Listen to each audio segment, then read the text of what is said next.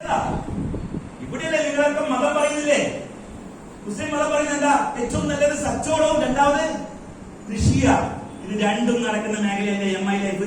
Indian മണ്ണിലുണ്ടാക്കുന്ന ഉൽപ്പന്നം ഇന്ത്യയിൽ പുറത്തേക്ക് പോകുന്ന ക്വാളിറ്റി വിൽക്കാനുള്ള ലൈസൻസ് നമുക്കാ.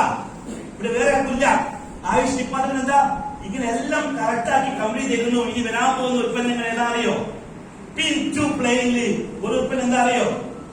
Oil company petrol. മക്കളെ, ആ സമയത്ത് നിങ്ങളുടെ വണ്ടിയിലേക്ക് നിങ്ങൾ പെട്രോൾ അടിക്കണ്ടേ? അല്ലാതെ വണ്ടി പോവോ?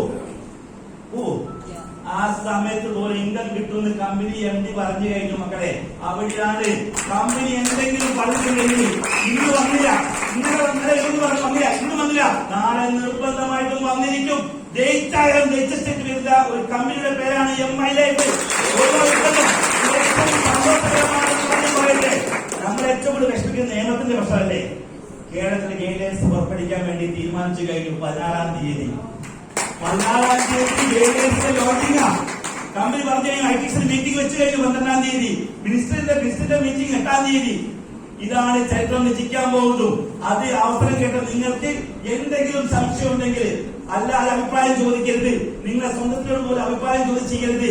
വസ്തുത മനസ്സിലാക്കി പഠിക്കേണ്ട മേഖലയാണ് നെറ്റ്വർക്ക് മാർക്കറ്റിംഗ്. അത് പഠിക്കാനും മനസ്സിലാക്കാനും വലിയ മാറ്റം ഉണ്ടാക്കാനും നിങ്ങൾക്ക് സാധിക്കട്ടെ എന്ന് മാത്രം പറഞ്ഞുകൊണ്ട് ഇന്ന് എന്നെ അങ്ങോട്ട് ക്ഷണിച്ച ആദ്യം നല്ലൊരു കൈയടി കൊടുക്കാം.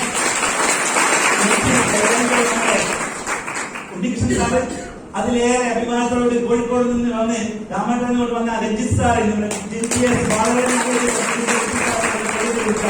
അതിലേറെ ഇത്രയും ബിസിനസ് അവസരമായിട്ട് കേട്ടിട്ട് നിർബന്ധം സഹിച്ച വയ്യാതെ അങ്ങനെ എത്തിപ്പെട്ട് ഈ അവസരം കേൾക്കാൻ വന്ന പുതിയ ആളുകൾക്ക് നല്ലൊരു കൈയ്യടി കൊടുക്കാം.